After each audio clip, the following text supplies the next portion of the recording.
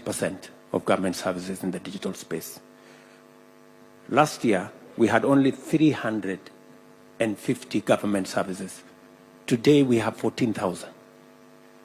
And we are continuing to discover some more. In fact, when we started, we thought we had 10,000 government services. We discovered that there were more than 10,000 because of what my good brother there has said, data.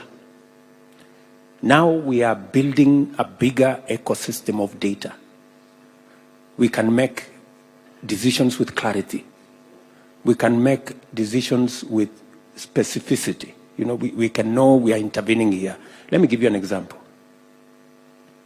We decided to register all farmers. 5,000 farmers of them we now have on our digital space. And we decided for the first time to distribute fertilizer using an e-voucher. The results are amazing.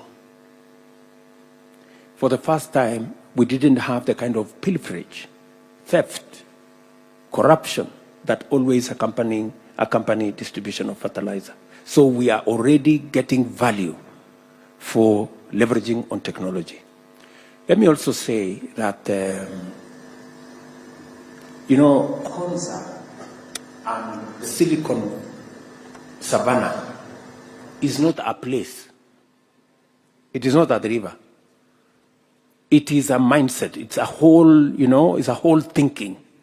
So, you know, sometimes I find people, they go and lock themselves up in a concert in a river. That's not what it is. It is the whole ecosystem that we are building around technology. In fact, we just found partners to do the data centers, which will be in Naivasha.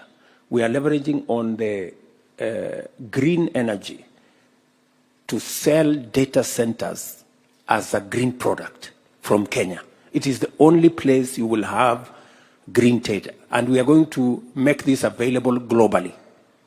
So that whole space, I don't know, I think I have said too many things. I'm just trying to give you the buffet of what we are doing in the technology and digital space. Just before I came to this meeting, we were having a conversation with my CS for health on how we are going to digitize, actually the journey for digitization of our health records. Because we need to make health records portable. We need to make the whole health ecosystem from commodities, prescriptions, claims, interoperable, so that it becomes a lot easier. And in the process, we will gather a lot of data on prevalence of diseases, what do we do with our commodities. KEMSA is going to be a different place after we digitize that whole ecosystem. In fact, by June next year, you will have a different experience with our health provision, again, because of technology. And that's the reason why we have big pushback from people who do not want us to digitize health. That's why they've gone to court, you know. They want to stop us because they run remote hospitals, hospitals that do not exist. We were being briefed about a hospital in Kino that is doing more surgeries than Aga Khan and Nairobi Hospital combined. You know? So I sent my CS, can you go and look at this miracle place? You know? And those are the people who have gone to court because they don't want us to digitize the space so that they can continue to game NHIF. I promise you, we will stop them. And we are going to digitize this place. So technology is going to be a big part of our, and we will need people like Joel to work with us. We can leverage on their knowledge, their expertise to drive our own agenda here at home. Sorry for saying too many things. No problem, Mr. President. Next time, I think I'll try to cut you short if you're not saying nice things, but you were saying nice things. And I will say, Mr. President, I think it is clear in everything that there are some people who thrive in chaos, and they create chaos so that they can thrive. Unfortunately, data provides transparency, and with transparency, the chaos is eliminated. So thank you very much for your comments on that. I'll go back to Joel so that we finish on the technology questions, and I'll just ask you.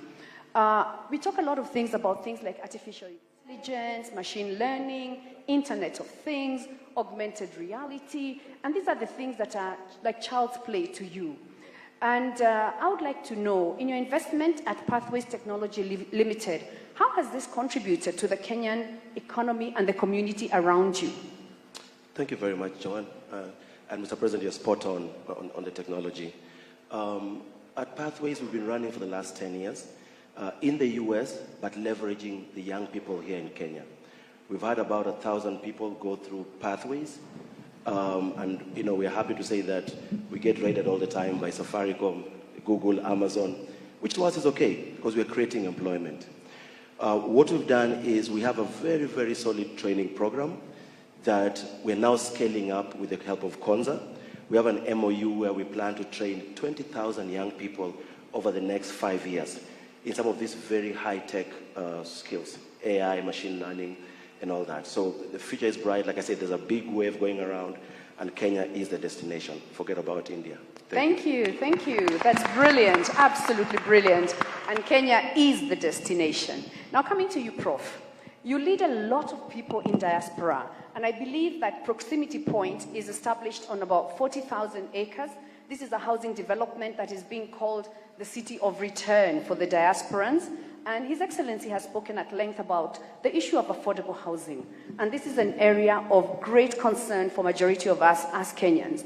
Maybe you can just talk to us about how you want this to be the first green city in Kenya, and also how you've been able to mobilize all these people, any challenges you've encountered very briefly, so that then we can see whether there's any intervention that His Excellency can put in place to make sure that even diasporans coming can be able to invest in that space. Thank you very much, Joanne. And I think this is an amazing opportunity to kind of communicate this officially in this place. So before we actually articulated how to come back, because some of us have been in the diaspora personally over 32 years, and we feel that it's a time for us to engage with the country. So we formed an organization which is called One Voice Consortium. One Voice Consortium has over 110 organizations across the board, and that's in the entire diaspora.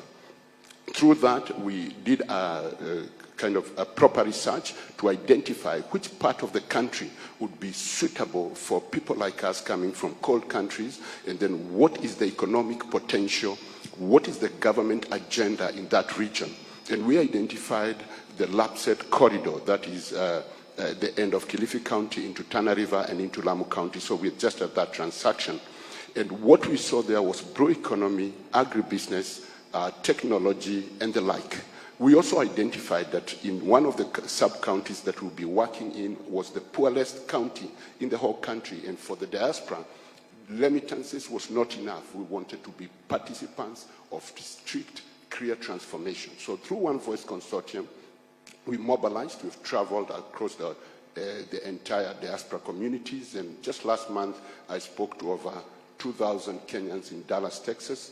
And how we mobilized that is kind of saying we have younger generation that has no historical, traditional attachment to Kenya.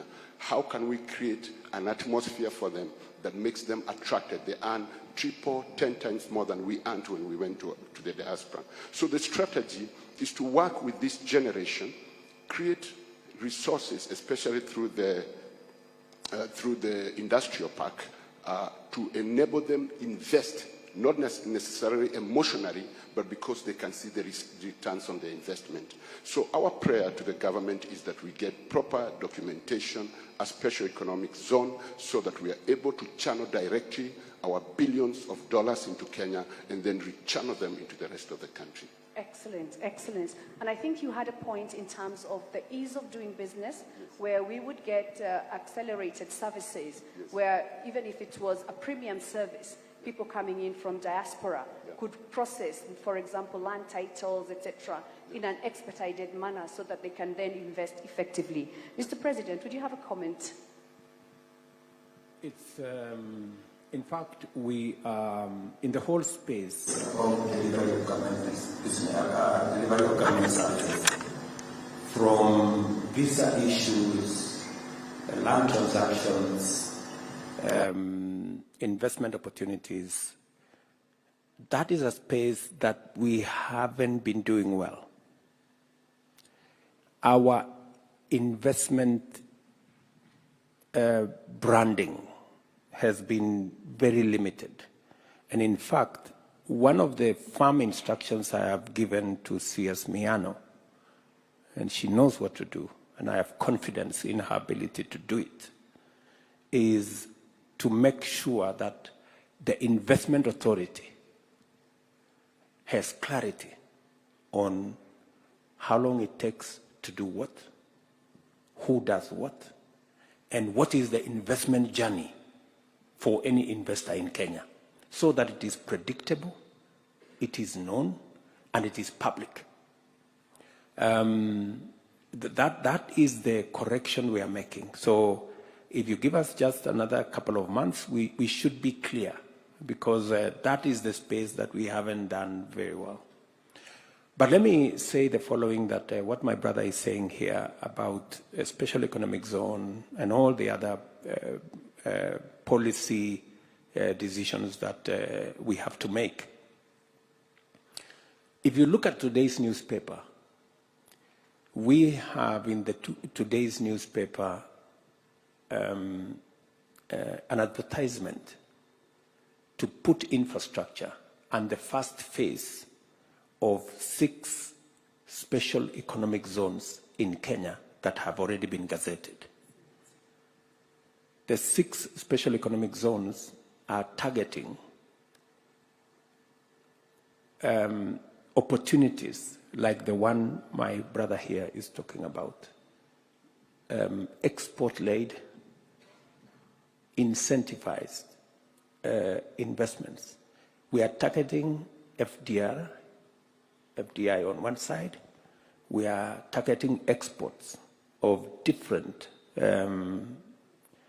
products on the other hand, and we are building an ecosystem that will facilitate, fast track, enable that to happen fast. So we have a special economic zone here in Thika, we have one in Sagana, we have one in Nakuru, we have Dongo Kundu, we have Naivasha, we have Busia, we have Eldoret. We are looking at other opportunities in different parts of Kenya. So, but it has to be targeted, and we need to know what are we trying to achieve. For example, the one in Thika, our focus is going to be pharmaceutical companies. We want to be specific so that, because we still import 70% of our pharmaceutical commodities and products to Kenya. And it is part of the reason why I was having a conversation last week with Prime Minister Modi, because we are importing almost 50% of all those products from India. And my conversation with him was, we cannot continue doing this. He has to mobilize his companies to come and invest in Kenya with Kenyan companies, to employ Kenyans, and to produce products for Kenya and for Africa from Nairobi or from Kenya. So this is the conversation we have. I think that's a really good initiative. Mr. President, I wasn't cutting you short. I just thought that was really great. Healthcare has been a thorn in the flesh of Kenyans, and if we don't deal with it, we have a serious challenge going forward.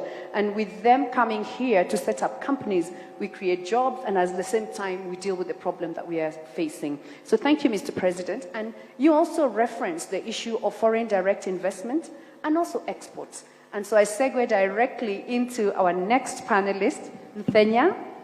Thenya, you have single-handedly created a luxury business. And this business, you have been at the Oscars with your fish leather bags, And we know that the BBC has said that as a partnership between the Kenya government and the Oscars, your bag was featured, and actually it was selected as the one to be used by Viola Davis.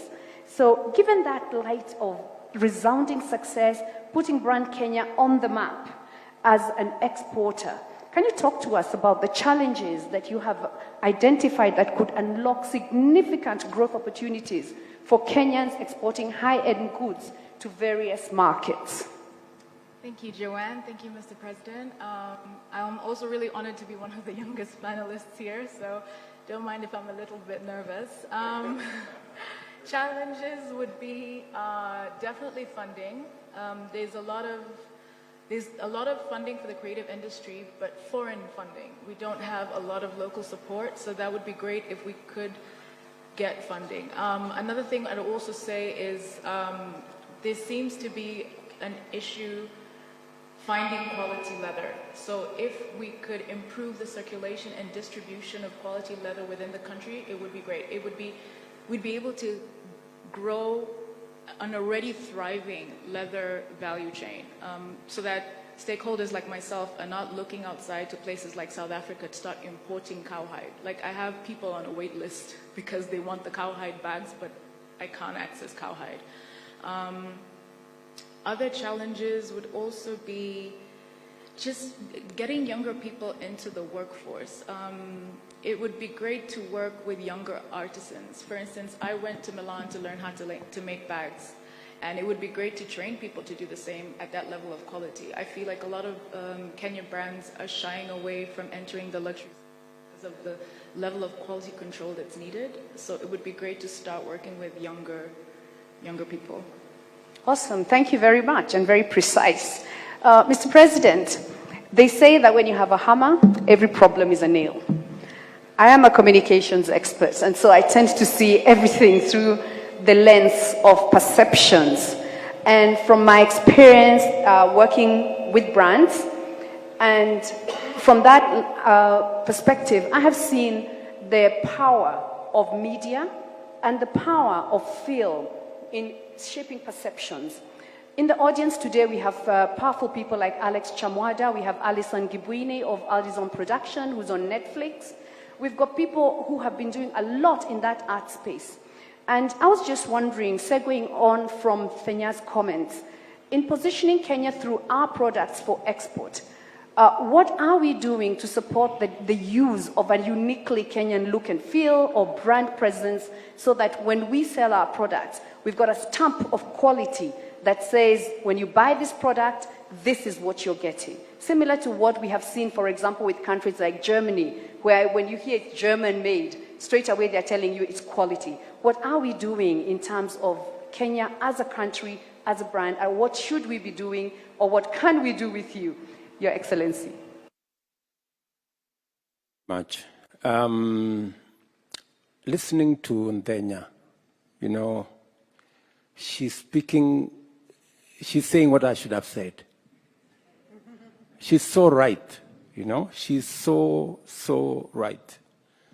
Leather is one of the lowest hanging fruits that we have. Why? Kenya is the third largest holder of livestock in Africa. We have the third largest herd, Kenya. And we are still importing everything leather. What are we doing with our, and by the way, we slaughter about 3 million heads of livestock every year, from cows to camels and sheep and goats. Yeah? These 3 million we slaughter, more than 50% of the hides and skin is either eaten by dogs, buried, wasted. It's a whole waste. And it is the reason why this year we have money in the budget specifically for leather. We are finalizing 3 tanneries. We are investing in completing 3 tanneries, one in Kenania here, another one in Narok, and one more place. It is the reason, and I say this with a lot of clarity, it is the reason why, again, today, our PS, Principal Secretary for Livestock, is in India.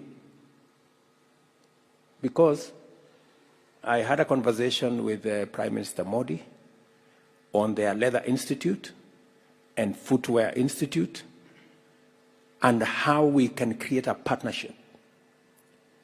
And I promised him that I would send my PS to sit down with what is going on in India, because there is a lot we can leverage on technology.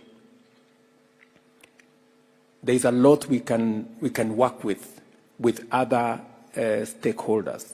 And my intention is that, and I have said it publicly, we must have a sunset clause on the day we are going to be importing shoes into Kenya. We must produce leather products from Kenya because we have the leather, we have the hides and skin in plenty, we have the human capital at home, we have the market in Kenya, starting with, we import about 15 million pairs of shoes every year. Explain to me why we are exporting jobs, why we are using leather from other people's goats and cows when our own leather and hides and skin is being eaten. You know? It is stupid, isn't it? Yeah? So this is what we must do. And I want to salute Ntenya and people like her who are doing something in that space, albeit at a small scale. It is my responsibility and the responsibility of the government of Kenya to scale up what Ntenya and those people like her are doing. For your information, allow me to say one thing. A factory here in Athi River, run by a gentleman called Rao, I went to see him about a year ago. They produce the same quality of leather as you would find in Dubai or in Italy at a quarter the price. That's what it is. It cannot get better than that, would it? It cannot get better than that. So leather is one space. We are not only going to create jobs, we are not going to expand opportunities, but we are also going to create wealth. And we are going to supply our own markets. And that I am very determined in doing. And I was very happy to listen to you. Thank you. Thank you very much, Your Excellency. And Ntenya, you can see you had no reason to be nervous. Thank you. Now, and I will ask that you speak from the notes that you have made, so that you can tell us the main things you'd like to articulate in this conference, so that we hear your point of view, and especially representing diasporans in general, not just yourself. Thank you. So, Mr. President, with the area of economic research, and I also speak, of course, representing the diaspora who sent me here, I think that one of the challenges that we have found, not just in our country here, but around the continent, is whether the inability or the lack of interest in making use of data for policy purposes. And that's cross-cutting from national government to local government. When in the work that we do, we found that middle income and developed countries, they're really focused on scientific research as a basis for policy. I think that is one of the areas that perhaps we could look at ways in which that can be a culture in our country. And I think with that, even in terms of, for example, we went to look at your target that you gave to the State Department for Diaspora Affairs. We actually found out that the remittances target is approximately 10% of GDP. And if we compare with other countries, that would be matching, for example, Lesotho, which has about 20% remittance as a share of GDP. So it's that kind of research that we are saying that perhaps we could push that as part of our culture in government, in private sector, and everywhere in the country. Excellent, excellent. Mr. President, with that, I'm going to wrap up my moderation and hand over to you. And in closing, I want to say, ndege wa mabawa moja huruka pamoja. Birds of a feather flock together. And today we are flocking here to collectively raise the bar and collectively start a journey with your support, where the diaspora works closely with us here in Kenya to make sure that we improve on our economy. And as I close, a little tongue-in-cheek, perhaps, Mr. President, you're very articulate in expounding your policies, the way you see the future, and everything to do with any questions that you are asked. I will ask a question: why is it that we are not getting that level of articulation trickling down to the bottom so that we get a more positive vibe across the country? Thank you very much, Mr. President.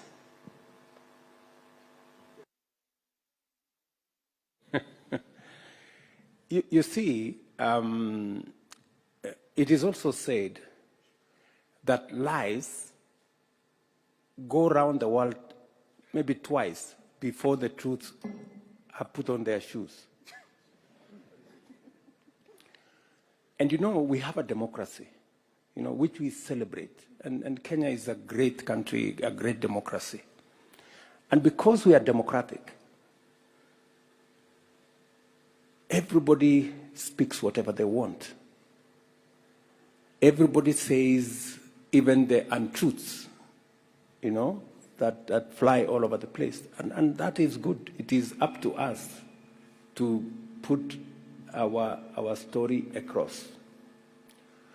But it is up to us more than talking, doing.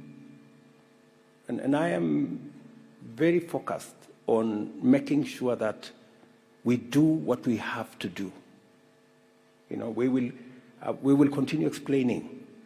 For example, I will have an occasion with the media, God willing, this Sunday. I want to explain to the people of Kenya, the whole space, where are we going, what are the challenges, what are the opportunities, how do we get to where we were going? Because I am very confident in the peoples of Kenya understanding and appreciating where we need to go. That's why I was elected. You know, I am very confident that we are going to change this country, and the bumps that we have, the challenges that we have. For example, the example I just gave here. I mean, people are fighting housing when the results are very clear. I even saw the other day the leader of opposition saying, why is Ruto exporting too many people from Kenya? I mean, is that really something we should be having a conversation about? We have the single asset that we have as a country is our human capital. We have the best human capital anywhere in the world. And you use what you have. We don't have gold. We may not have big gold mines, but we have our human capital. How do we deploy it to use it as a resource to grow our economy? I have been intentional. I have been deliberate. I have given targets to Roslyn there. I have told Roslyn we must increase our remittances from $4 billion to $10 billion. Si nimekwambia PS? Yes. And it's not just going to come. It's going to come when we connect Kenyans with opportunities in Kenya and opportunities abroad. Yeah? We are concluding discussions with Saudi, for example, so that we stop sending domestic workers. We send skilled workers. We send professionals because there are huge opportunities. We're concluding, I had a conversation with Chancellor Scholz. They need 250,000 people to work. We are concluding the bilateral labor agreement with Germany. It is one KPI that I intend to conclude, so that again we can export labor. We can expand opportunities. We can connect Kenyans with opportunities globally. You guys in the diaspora have already demonstrated a great job that you have done investing in Kenya. We want to expand those opportunities. So what I am saying is we are doing more, speaking less, because shortly what we are doing will speak for itself. We may not need to say much. The people themselves will begin to see change happening in Kenya. Wow. I want to really thank my amazing panelists for that really engaging and invigorating discussion. Mr. President, you've added great value to the panel, and I'm so delighted that you have joined us. And so we thank you very much and close this session so we can hand over back to the organizers. Thank you very much, Mr. President. I know I would have added more value by sitting here and engaging, maybe answering some questions from you guys. Unfortunately, I wouldn't have that moment because I have another assignment and I have a cabinet meeting immediately after this. But there will be many other leaders. There will be many other ministers and PSs and professionals working in this administration that will come and speak to you. And I will have another occasion, as I said, to engage with you as we all of us make our contribution towards making our country great. So to all of you, nimesema asante sana, mimi nawatakia heri, nawatakia baraka, and thank you very much for coming to share your ideas and your suggestions in this conference so that you can inform the policy position of the government of Kenya. We don't just see you as people who have come to invest. We also want to pick your mind on many other aspects on how best we can do this together as government and as members of the diaspora and as Kenyans in general. Asanteni sana. The Excellency will exit through this door. If you don't